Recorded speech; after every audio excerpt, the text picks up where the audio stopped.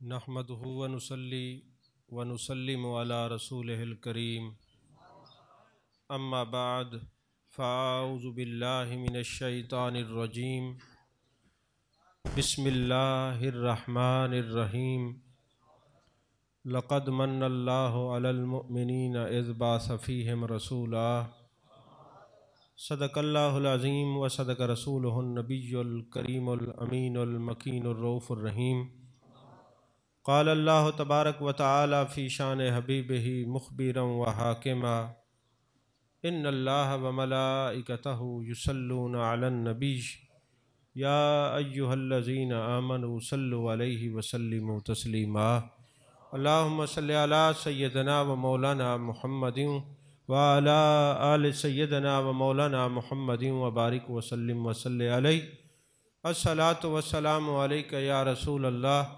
وعلیٰ آلک و صحابک یا حبیب اللہ۔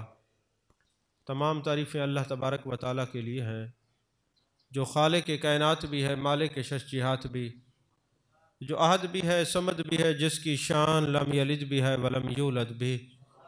لا تعداد ہدیہ درود و سلام بارگاہ سید الانام، شفیع رحمت، والی امت، شاہ خوباں، جان جانا، شہنشاہ حسینہ، سید سربراں، سیاہ لا مکاں، تتیمہ دوراں، سرخیل زہرہ جمالا، رازدان ماوہا، شاہد ما طغا، صاحب علم نشرہ، معصوم آمنہ، احمد مجتبیٰ، حضرت محمد مصطفیٰ صلی اللہ علیہ وآلہ وصحبہ وبارک وسلم کی دربار ناز میں اپنی عقیدتوں، ارادتوں، محبتوں کا خراج پیش کرنے کے بعد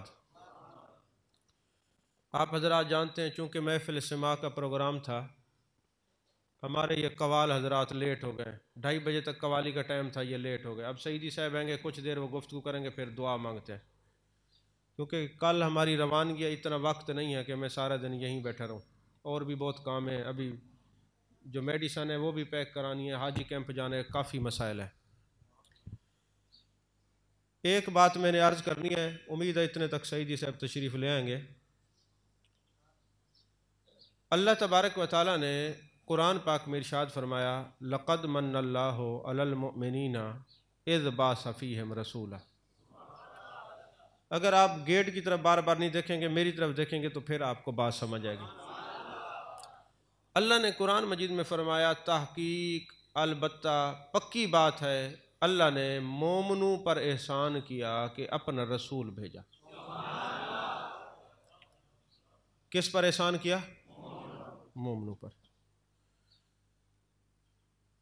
ابھی پہلے تو یہ سوچنا پڑے گا کہ جب اپنے محبوب کی بات آتی ہے اللہ صرف مومنوں سے کیوں کرتا ہے؟ پھر درود شریف کی بات آتی ہے تو فرماتا ہے ان اللہ و ملائکتہ یصلون علی النبی یا ایہا الذین آمنوا صلوا علیہ وسلموا تسلیما، یا ایہا الذین آمنوا صلوا علیہ وسلموا تسلیما، اے ایمان والو تم بھی درود اور سلام پڑھو۔ اب مومنوں کو حکم ہے کہ تم درود اور سلام پڑھو، ہر ایک کو نہیں ہے۔ اگر کوئی درود و سلام کا منکر ہے تو آپ کو بحث کرنے کی ضرورت نہیں ہے، کہ اس لیے کہ ان کو کہا بھی تو نہیں ہے، جن کو کہا ہے وہ درود و سلام پڑھتے ہیں۔ اچھا، النبی اولیٰ بالمؤمنین من انفسہم، اے ایمان والو میرا نبی تمہاری جان سے زیادہ قریب ہے۔ اللہ نے یہ نہیں فرمایا اے انسانو سارے جہان والو میرا نبی تمہاری جان سے زیادہ قریب ہے۔ اللہ نے فرمایا مومنوں پر احسان کیا۔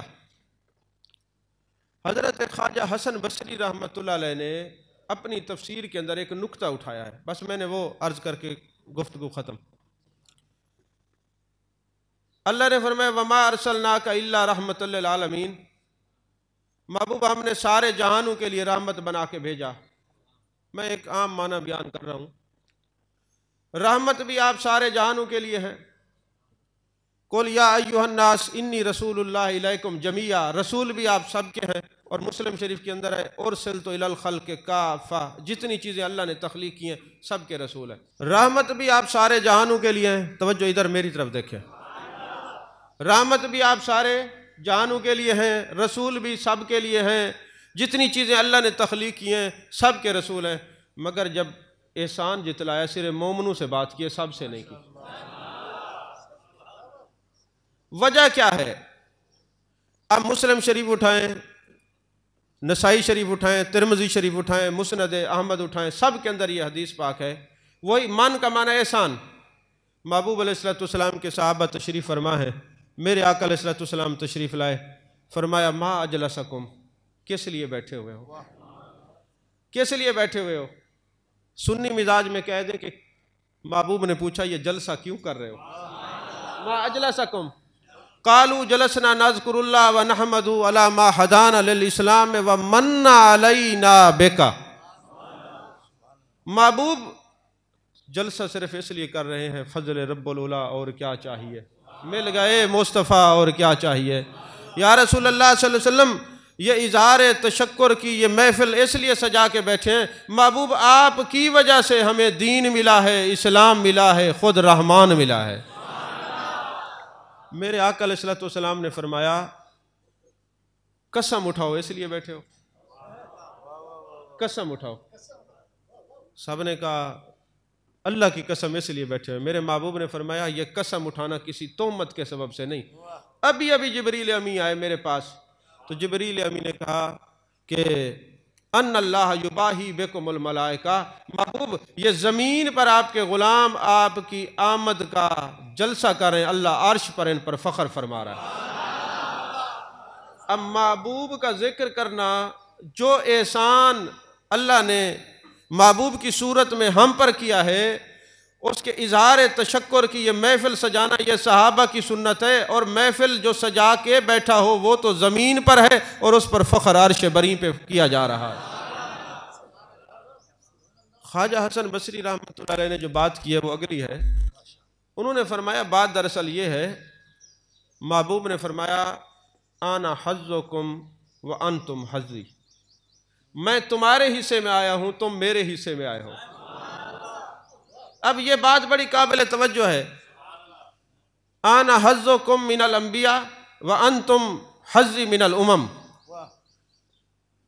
اب میں تمہارے حصے میں آیا ہوں، تم میرے حصے میں آئے ہو۔ فرماتے بلا تمثیل، بات دراصل یہ ہے کہ جب کسی کو کوئی چیز مل جاتی ہے، بزرگوں کی طرف سے وراثت مل جاتی ہے، اب وہ ایک ایک کو لے کے جاتا ہے، سائیں یہ میرے حصے چاہیے، نہیں سمجھ آئی؟ وہ ہر وقت ذکر کرتا ہے جی یہ میرے حصے میں آئی ہے۔ فرمایا جن کے حصے میں محبوب آئے ہیں میلاد بھی وہی منائیں گے، نبی کی یاد بھی وہی منائیں گے، ہر ایک نہیں منائے گا، ہر ایک نہیں منائے گا۔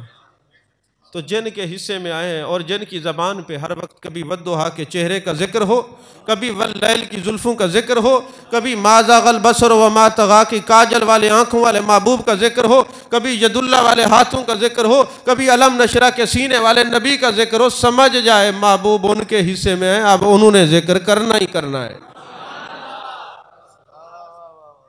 اگر یہ بات آپ کو سمجھ آ گئی ہے تو اگلی ایک بات، کل کو اگر آپ کو کوئی پکڑ لے، وہ کہے جی صحابہ تو اظہار تشکر کی محفل سجا کے بیٹھے تھے، اللہ نے احسان فرمایا ہے، تمہارے پاس کیا ثبوت ہے اس بات کا کہ تم جو کام کر رہے ہو، تم جو آج ذکر کر رہے ہو، تم پر بھی احسان فرمائے، تم پر بھی فخر فرمائے گا۔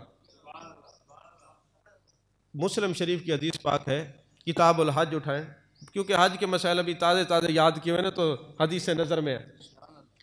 تو کتاب الحج کے اندر ہے، محبوب علیہ السلام تشریف لے گئے حج کرنے کے لیے، آپ نے ایک ہی حج فرمایا، لبیک اللہم لبیک کی صدائیں بلند ہیں۔ میرے آقا نے فرمایا بلال میرے غلاموں سے فرما دیں کہ خاموشی اختیار کریں، میں کو خطبہ ارشاد فرمانا چاہتا ہوں۔ صحابہ خاموش ہو گئے، ہر طرف لبیک اللہم لبیک لبیک لا شریک لک لبیک کی صدائیں تھیں۔ میرے آقا نے مختصر خطبہ ارشاد فرمایا، میرے آقا نے فرمایا میرے غلاموں، اللہ نے تمہیں عرش سے سلام بھی بھیجا ہے اور بخشش کا پیغام بھی بھیجا۔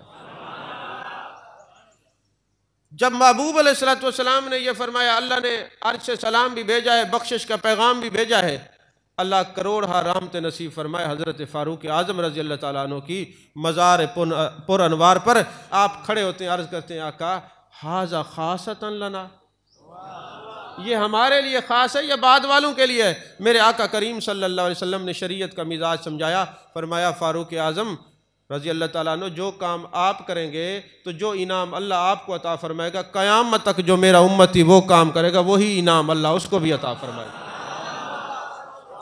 تو جو میدان عرفات میں ہوگا، 9 ذی الحج ہوگی، عصر کے بعد اور مغرب کا وقت ہوگا، اللہ عرش سے سلام بھی بھیجے گا اور بخشش کا پیغام بھی بھیجے گا۔ اب کوئی بندہ یہ کہے اللہ سلام بھیجے گا، اس کا فائدہ کیا ہوتا ہے؟ تو آپ تفاسیر اٹھا لیں۔